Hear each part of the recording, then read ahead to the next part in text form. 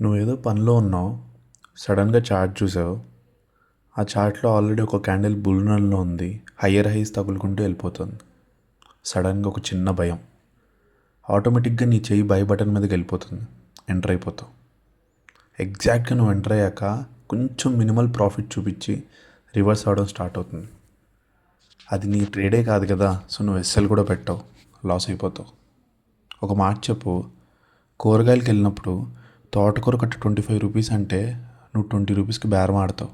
ఎందుకు? ఆ తోటకూర కట్ట వాల్యూ 20 రూపీస్ అని నీకు తెలుసు కాబట్టి. మరి ఎందుకు ఈ ట్రేడింగ్ వచ్చేసరికి ఎంత హైలో ఉన్నా తీసేసుకుంటావు? నీ ప్రకారం ఒక వాల్యూ ఉంటుంది కదా, ఆ స్టాక్కి కానీ ఆ ట్రేడ్కి కానీ. అంత పైకి వెళ్ళిపోతే ఎందుకు తీసుకుంటున్నావు? ఇది నీ వాల్యూ కాదని స్టెప్ బ్యాక్ చేయొచ్చు కదా. ఫోమో అని ఒక కాన్సెప్ట్ ఉంది, ఫియర్ ఆఫ్ మిస్సింగ్ అవుట్. ఇది నీ ఇది నీ తప్పు కాదు, నీ బయాలజీ. బేసిక్గా మన యాన్సిస్టర్స్ అందరూ ఒక గ్రూప్లో బతికేవాళ్ళు. వేటకి గ్రూప్లో వెళ్ళేవాళ్ళు. సర్వైవల్ మొత్తం ఒక గ్రూప్లో అయ్యేది. ఆ గ్రూప్ నుంచి నువ్వు బయటకు వచ్చావంటే నీ సర్వైవల్కి కష్టం.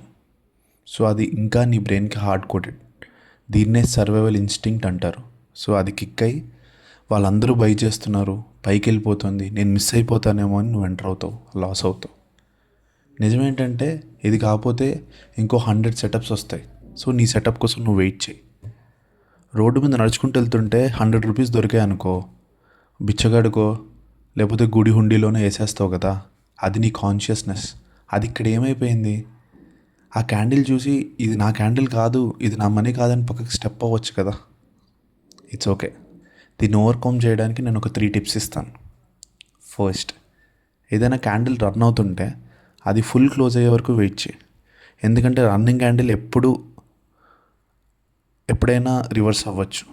సో నీ ఎస్ఎల్ చాలా పెద్దదైపోతుంది. సెకండ్, చార్ట్ని కంటిన్యూస్గా చూడకు. ఇన్స్టెడ్ ఏదైనా అలర్ట్ పెట్టుకో. నీ ఎంట్రీ ప్రైస్ వచ్చినప్పుడు, ఈఎంఐ టచ్ చేసినప్పుడు అప్పుడు చూసి అనలైజ్ చేసి ఎంటర్ అవ్వు. దీనివల్ల ప్రతి క్యాండిల్ మిస్ అవుతుందనే ఒక ఫియర్ పోతుంది. థర్డ్, ఇంకా ఫోమో అనిపిస్తోంది, ఇంకా నేను నా వల్ల కాదు, పక్కా ఎంటర్ అవ్వాలి అంటే నీ లాట్ సైజ్ హాఫ్ చేసి, సో రివర్స్ అయినా లాస్ కంట్రోల్లో ఉంటుంది. So next time green candle కనిపించగానే నువ్వు పక్కా తీసుకోవాలి అని అంటే క్యాండిల్ క్లోజ్ అయ్యే వరకు వెయిట్ చేయి, పొజిషన్ సైజింగ్ హాఫ్ చేసుకో, వచ్చి రీల్ మళ్ళీ చూడు. ఈ రీల్ సేవ్ చేసుకో.